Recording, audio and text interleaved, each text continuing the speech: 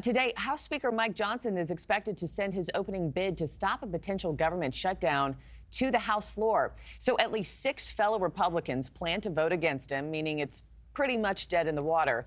The issue here is the continuing resolution to keep the government open after September 30th is tied to a Trump-backed bill that would require people to prove that they are U.S. citizens before registering to vote. But Johnson is promising to push forward. NewsNation's Tom Dempsey is live for us in Washington, D.C. this morning.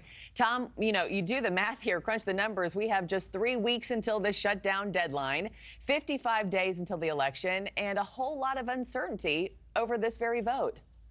Yeah, that's right. Good morning, Markie. Look, the math isn't looking good right now, but despite lots of questions going around if this government funding package with the SAVE Act can even pass, House Speaker Mike Johnson still plans to press forward with this vote today. That vote could come just hours from now.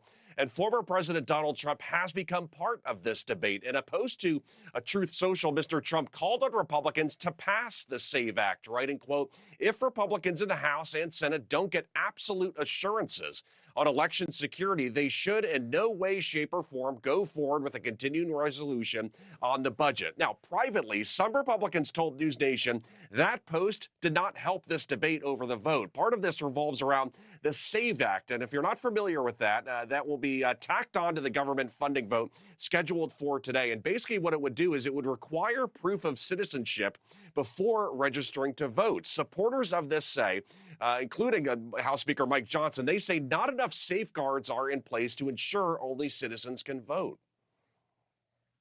The SAVE Act is a response to what we deem to be one of the immediate threats, and that is illegals voting.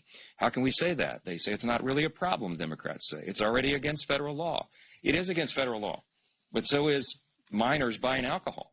But we still require identification to do it. Why? Because just because something's on the books doesn't mean people are going to comply.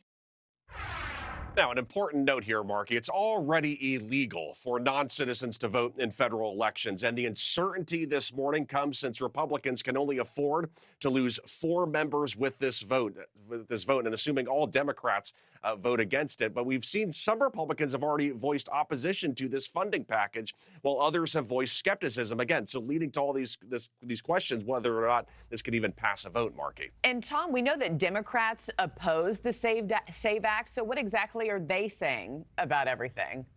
Well, the White House team has already come out calling the SAVE Act, quote, unrelated, cynical legislation, while some Democrats call the bill unnecessary since, like I said, it's already illegal for non-citizens to vote in federal elections. And they now accuse Republicans of playing political games. Extreme Republicans know that this bill has no chance of becoming law, and yet they want to force a vote that jeopardizes military readiness and veterans' health care. We've seen how this ends. The only way to pass a government funding bill is to pass it on a bipartisan basis. Now, some of this, too, you got to analyze the political games tied to this. For House Speaker Mike Johnson, part of this involves making Democrats make a stance on the border, particularly Democrats in swing states, with the border figuring to be one of the defining issues of this 2024 race. We will note earlier this year, the SAVE Act passed in the House with 5 Democrats voting in favor of it, but it likely faces very steep odds of passing in the Senate with Democrats in the majority there, Markie. Okay, we know you're on top of it. Tom Dempsey, thanks so much for the latest there. Thanks for watching, everybody. Go to joinnn.com to find NewsNation on your television provider. Also, don't forget to click that red subscribe button below to get more of NewsNation's fact-driven, unbiased coverage.